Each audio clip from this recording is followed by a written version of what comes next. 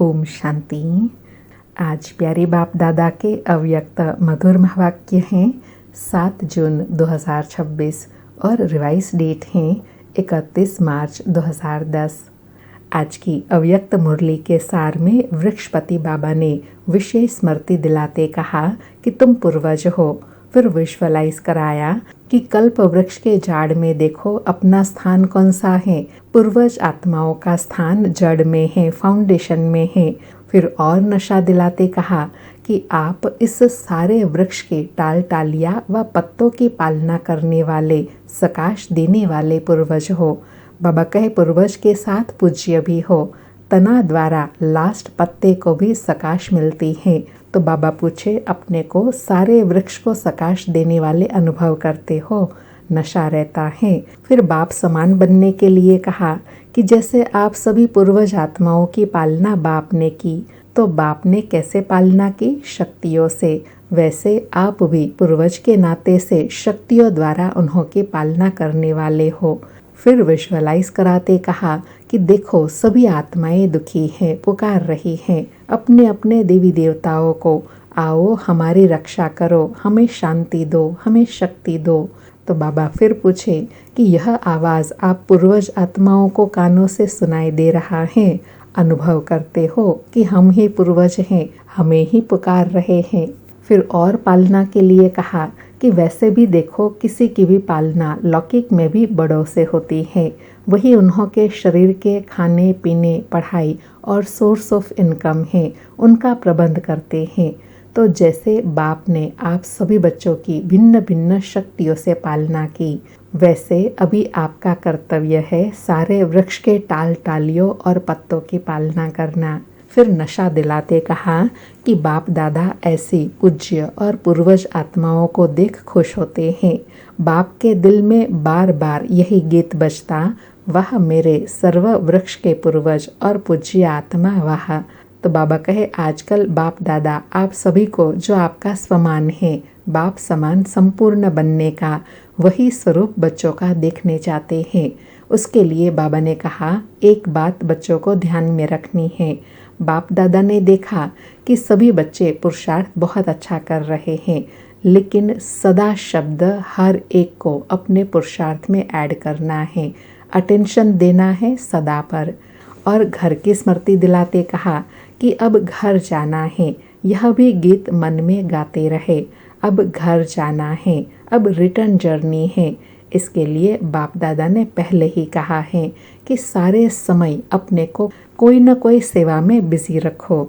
और साथ में कहा लेकिन बाप दादा तीव्र गति में आगे बढ़ने के लिए बच्चों को विशेष अटेंशन दिलाते हैं कि सिर्फ वाचा की सेवा नहीं, सेवा करते हो एक ही समय पर 3 सेवाएं इकट्ठी करो। मनसा द्वारा सकाश दो, वाचा द्वारा ज्ञान दो और कर्मणा द्वारा अर्थात अपने संबंध संपर्क द्वारा, चेहरे द्वारा ऐसी सेवा करो जो आपका भी प्रभाव और साथ साथ सेवा का भी प्रभाव हो। एक समय में 3 सेवाएं इकट्ठी करो। फिर सेवा करने की विधि बताई कि बाप दादा ने पहले भी सुनाया कि सेवा की खुशी तब होती है जब स्वयं, साथी और वायुमंडल सभी संतुष्टता के वाइब्रेशन में हो। सेवा के सफलता की 3 बातें विशेष सुनाई थी, याद होंगी बच्चों को। पहला नंबर सेवा अर्थात निमित्त भाव, दूसरा निर्माण भाव, तीसरा निर्मल वाणी। भाव, भावना और स्वभाव यह सभी साथ साथ सेवा में हो, तब स्वयं भी संतुष्ट और साथी भी संतुष्ट, और जिन्हों की सेवा की वह भी आगे बढ़ते जाएंगे, वह भी संतुष्ट होंगे, खुशी की अनुभूति करेंगे। तो बाबा कहे सेवा की सफलता है संतुष्टता का फल प्राप्त होना, खुशी प्राप्त होना। फिर बाबा ने विशेष रियलाइज करने के लिए कहा कि आत्मा रूप में तो सभी बच्चे देखते हैं एक दूसरे को, अभ्यास भी करते हैं, लेकिन जब आत्मा देखते हो तो आत्मा के ओरिजिनल संस्कार से देखते हो या जो मिक्स संस्कार है वह भी दिखाई देते हैं। बाबा कहे क्या आत्मा के ओरिजिनल संस्कार से कनेक्शन में आते हो या वर्तमान संस्कार भी सामने आते हैं? तो अंडरलाइन कराते कहा कि अभी आत्मा रूप में देखते हो, लेकिन साथ में वर्तमान संस्कार भी सामने आ जाते हैं, तो आपस में जो संपूर्ण स्थिति होनी चाहिए उसमें दूरी पड़ जाती है। तो बाबा कहे ओरिजिनल संस्कार वाली आत्मा देखो तो यह जो भी संगठन में रुकावट आती है वह रुकावट खत्म हो जाएंगी। फिर ब्राह्मण परिवार का महत्व बताया कि यह ब्राह्मण परिवार श्रेष्ठ है, परिवार की बहुत महिमा है। यह ईश्वरीय परिवार बार बार नहीं मिलता, कल्प में एक ही बार यह ईश्वरीय परिवार मिला है। इतना बड़ा परिवार सारे कल्प में कभी नहीं मिलता। तो बाबा कहे परिवार की भी विशेषता को जानना और परिवार में चलना एक महान सब्जेक्ट है। ज्ञान का फाउंडेशन है निश्चय, और निश्चय में 4 बातें हैं। बाप दादा में निश्चय है ही, और नॉलेज में, ड्रामा में, परिवार में, सभी में निश्चय हो तो जो निश्चय बुद्धि बनते हैं वह सहज पुरुषार्थी हो जाते हैं। फिर दुआएं लेने और देने की विधि बताई कि कई बार होता है आप दुआएं देने चाहते हो लेकिन वह बद्दुआ देता है। तो बाबा कहे उसने बद्दुआ दी, लेकिन लेने वाला कौन? लेने वाले तो आप हो या वह देने वाला है, आप लेने वाले हो, तो उसकी बद्दुआ आपने ली क्यों? अगर आत्मा को ओरिजिनल संस्कार से देखो तो आपको रहम आएगा, फिर स्वयं भी सेफ रहेंगे। बद्दुआ लो नहीं, न बद्दुआ दो न बद्दुआ लो। और अंडरलाइन कराते कहा कि सदा आप ब्राह्मण परिवार का एक एक का फर्ज है शुभ भावना शुभकामना देना और शुभ भावना शुभकामना लेना। फिर और साथ में संगठन के लिए कहा कि पहले भी बताया है कि कहाँ कहाँ संगठन में कभी कभी परदर्शन, परचिंतन और परमत के तरफ आकर्षित हो जाते हैं। अभी इन 3 पर को काट दो, एक पर रखो। वह एक पर है परोपकार। परोपकार करना है, क्योंकि बाबा कहे ब्राह्मणों का स्वभाव ही है परोपकारी बनना। और तीव्र पुरुषार्थ की विधि बताई कि रोज रात को सोने के पहले, बाप दादा को गुड नाइट करने के पहले अपने सारे दिन का पोतामेल देना।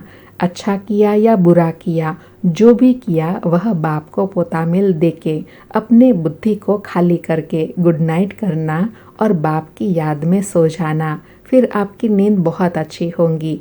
पहले अपने को खाली करना, बुद्धि में कोई बात नहीं रखना। बाप के रूम में सारा पोतामेल सच्चे दिल का दे दिया तो आपको धर्मराजपुरी में जाने की आवश्यकता नहीं रहेगी।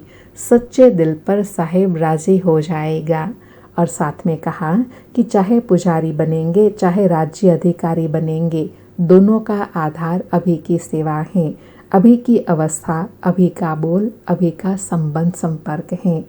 सुनते हैं प्यारे बाप दादा के अव्यक्त अनमोल मधुर महावाक्य। अच्छा, चारों ओर के बच्चों को बाप दादा का पदम पदम गुणा प्यार और दिल का दुलार स्वीकार हो। सभी को मालिक बच्चों को बाप लाख लाख बधाई दे रहे हैं। उड़ते चलो उड़ाते चलो। अच्छा, ऐसे प्यारे बाप दादा को अलौकिक रूहानी विशेष पालना करने के लिए बहुत बहुत शुक्रिया बाबा, शुक्रिया, याद प्यार और गुड मॉर्निंग। आज का वरदान है स्वस्थिति द्वारा सर्व परिस्थितियों को पार करने वाले निराकारी अलंकारी भव। स्वस्थिति द्वारा सर्व परिस्थितियों को पार करने वाले निराकारी अलंकारी भव। स्पष्टीकरण है, जो अलंकारी हैं वे कभी देह अहंकारी नहीं बन सकते। निराकारी और अलंकारी रहना यही है मन मना भाव, मध्याजी भाव। जब ऐसी स्वस्थिति में सदा स्थित रहते तो सर्व परिस्थितियों को सहज ही पार कर लेते। इसमें अनेक पुराने स्वभाव समाप्त हो जाते हैं। स्व में आत्मा का भाव देखने से भाव स्वभाव की बातें समाप्त हो जाती हैं और सामना करने की सर्व शक्तियाँ स्वयं में आ जाती हैं। आज बाबा ने मन मना भाव और मध्याजी भाव स्थिति बनाने के लिए कहा, निराकारी और अलंकारी स्वरूप धारण करो। फिर कैसी भी परिस्थिति, कैसी भी बातें, कैसे भी पुराने स्वभाव संस्कार वाली आत्मा सामने आएंगी तो भाव स्वभाव का प्रभाव नहीं होगा। आज का स्लोगन है, संकल्प का एक कदम आपका तो सहयोग के 1000 कदम बाप के। संकल्प का एक कदम आपका तो सहयोग के 1000 कदम बाप के। आज के अव्यक्त इशारे हैं, सदा हर्षित रहने के लिए अपनी नेचर को सरल बनाओ, सहनशील बनो। आज हर्षित रहने के लिए कहा कि जो अपनी व दूसरों की बीती को नहीं देखते हैं, सेकंड में फुल स्टॉप लगाते हैं, वह सरलचित होते हैं। और जो सरलचित होते हैं उनके नयनों से, मुख से, चलन से मधुरता व हर्षित मुखता प्रत्यक्ष रूप में देखने में आती है।